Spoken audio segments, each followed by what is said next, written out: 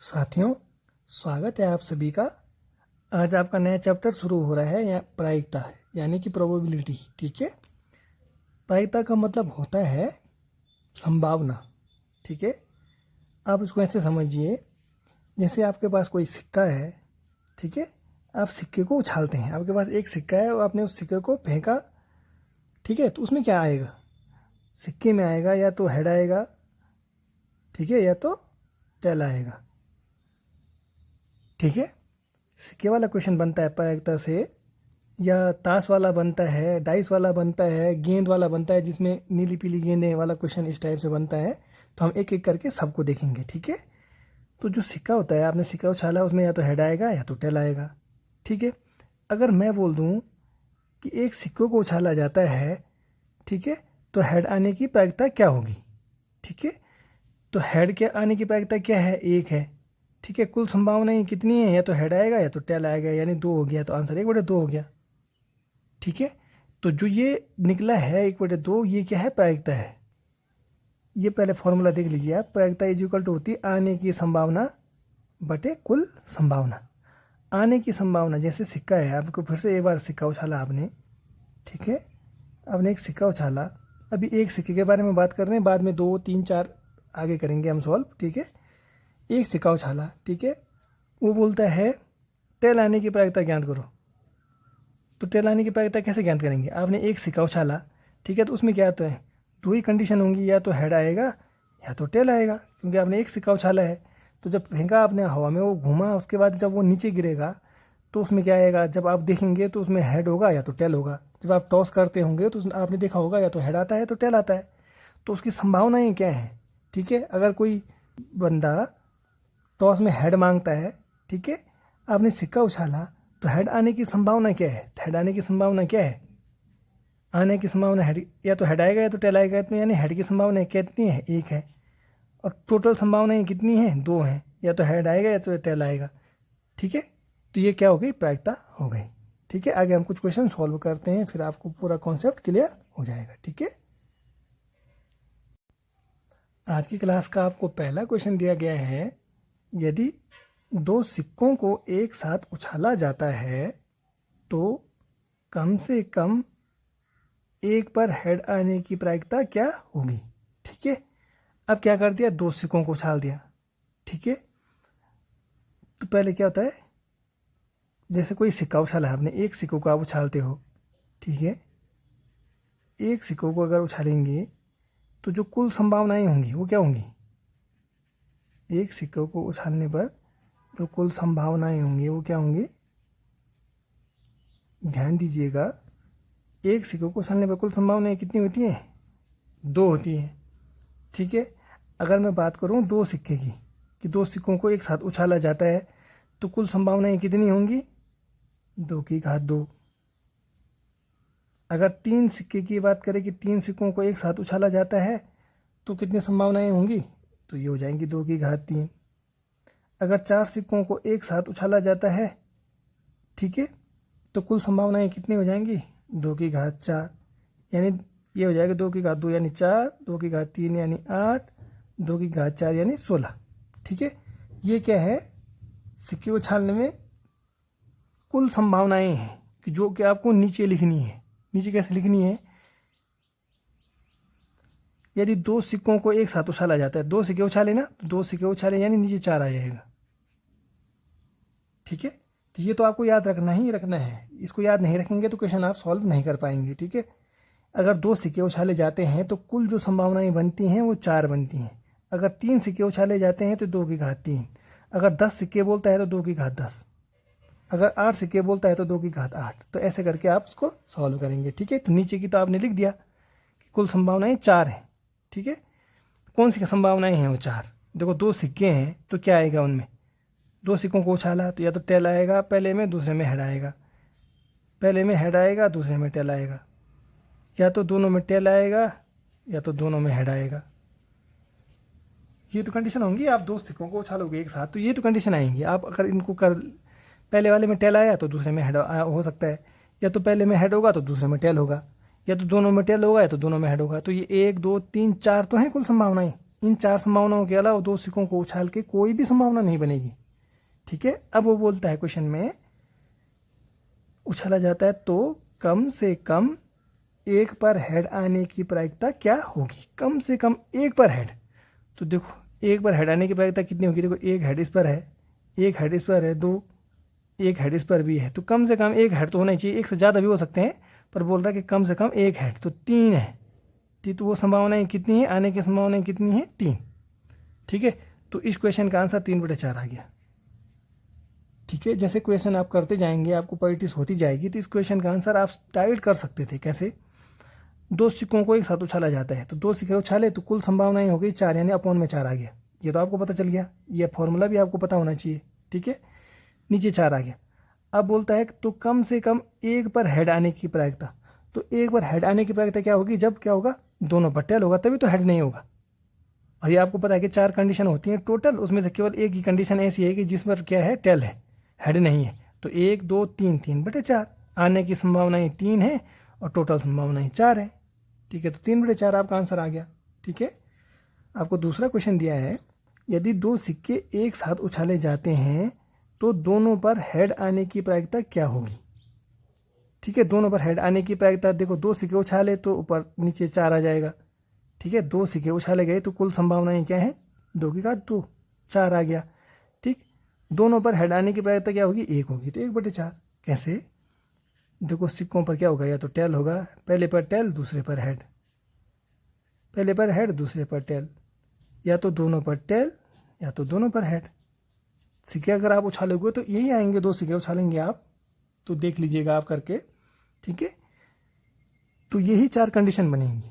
वो बोलता है कि दोनों पर हेड, दोनों पर हेड एक ही कंडीशन तो है, क्योंकि इसमें तो टेल टेल है, इसमें हेड टेल है, इसमें टेल हेड है, तो एक ही कंडीशन तो है कि जिसमें दोनों पर हेड है।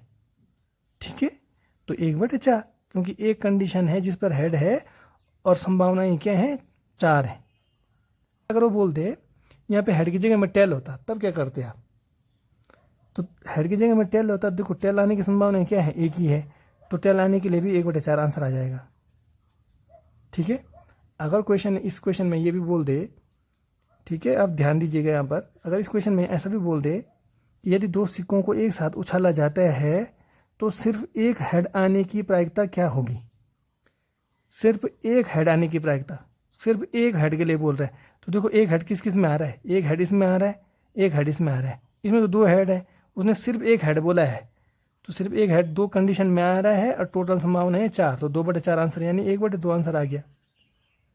ठीक है, तो आपको ये कॉन्सेप्ट आई होप क्लियर हो रहा होगा, आपको समझ में आ रहा होगा। ठीक है, चलो आगे बढ़ते हैं।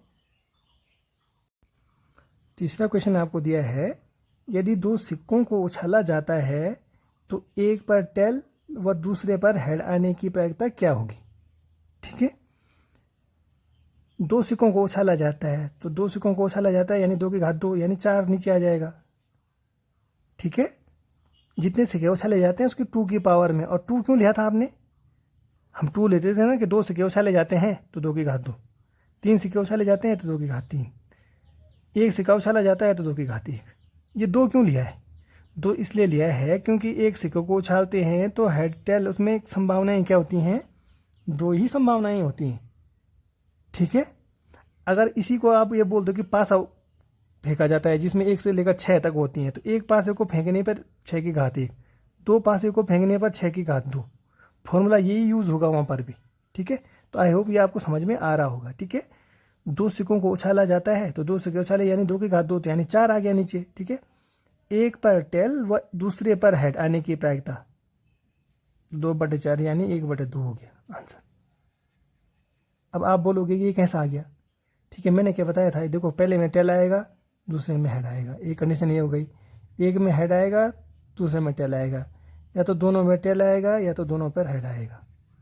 इन 4 कंडीशन के अलावा कुछ भी नहीं आएगा 2 सिक्कों में। ठीक है, तो दो क्या बोलता है, एक पर टेल व दूसरे पर हेड, एक पर टेल दूसरे पर हेड, एक पर टेल दूसरे पर हेड, तो एक संभावना ये हो गई, एक संभावना ये हो गई, तो 2 हो गई, आने की संभावनाएं 2 हो गई, कुल संभावनाएं 4 हो गई, तो 2/4 यानी 1/2 हो गया। ठीक है, ऐसे ही चौथा क्वेश्चन आपको दिया है, यदि 3 सिक्के एक साथ उछाले जाते हैं तो तीनों पर टेल आने की प्रायिकता क्या होगी। ठीक है, कितने सिक्के हैं, 3 सिक्के हैं, तो यानी 2 की घात 3 तो नीचे आएगा ही। 2 की घात 3 मतलब 8 हो गया। तीनों पर टेल आने की संभावना क्या होगी, जब तीनों पर टेल आने की संभावना ये तो होगी जब तीनों पर टेल होगा, तो ये संभावना कितनी बनेगी, एक ही तो बनेगी, तो 1/8 आंसर आ गया। ठीक है, हम आगे देखते हैं इसको। देखो 3 सिक्के उछाले थे आपने, 3 सिक्के उछाले थे, तो क्या होगा, देखो या तो पहले टेल आएगा, पहले पर दो पर हेड आ सकता है। ठीक है, 2 पर टेल आ सकता है, 1 पर हेड आ सकता है। 1 पर हेड आएगा तो 2 पर टेल आ सकता है, 2 पर हेड आ सकता है तो 1 पर टेल आ सकता है। 1 पर हेड आएगा, दूसरे पर टेल आएगा, तीसरे पर हेड आ सकता है। या तो टेल आ सकता है, तीनों पर हेड आ सकता है, या तो तीनों पर टेल आ सकता है। 1 2 3 4 5 6 7 8 कंडीशन है। ये आपको अभी टफ लग रहा होगा, ठीक है, आपको कठिन लग रहा होगा कि ये आप कैसे करके कर पाएंगे। तो आपको ये देखना है, आपको थोड़ा सोचना है, दिमाग लगाना है आपने कि पहले सिक्के में अगर टेल आया तो दूसरे में हेड आएगा, 2 में हेड आ सकता है, 1 में टेल, 1 में हेड, 1 में टेल आ सकता है। तो इस टाइप से आपको प्रैक्टिस करेंगे तो आपको आ जाएगा ही। ठीक है, अब वो क्या बोलता है क्वेश्चन में, तीनों पर टेल आने की प्रायिकता क्या होगी। तीनों पर टेल आने की प्रायिकता केवल एक तो है कि जब तीनों पर टेल आएगा तो 1/8, 8 कंडीशन है, टोटल कंडीशन बन रही हैं 8।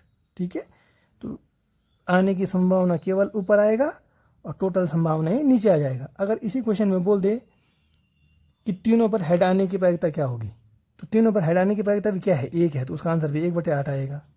ठीक है, अगर उसने बोल दिया कि केवल 1 हेड आने की प्रायिकता ज्ञात करो, ठीक है, कि यदि 3 सिक्कों को एक साथ उछाला जाता है, ठीक है, तो तीनों पर के मात्र 1 हेड आने की प्रायिकता ज्ञात करो।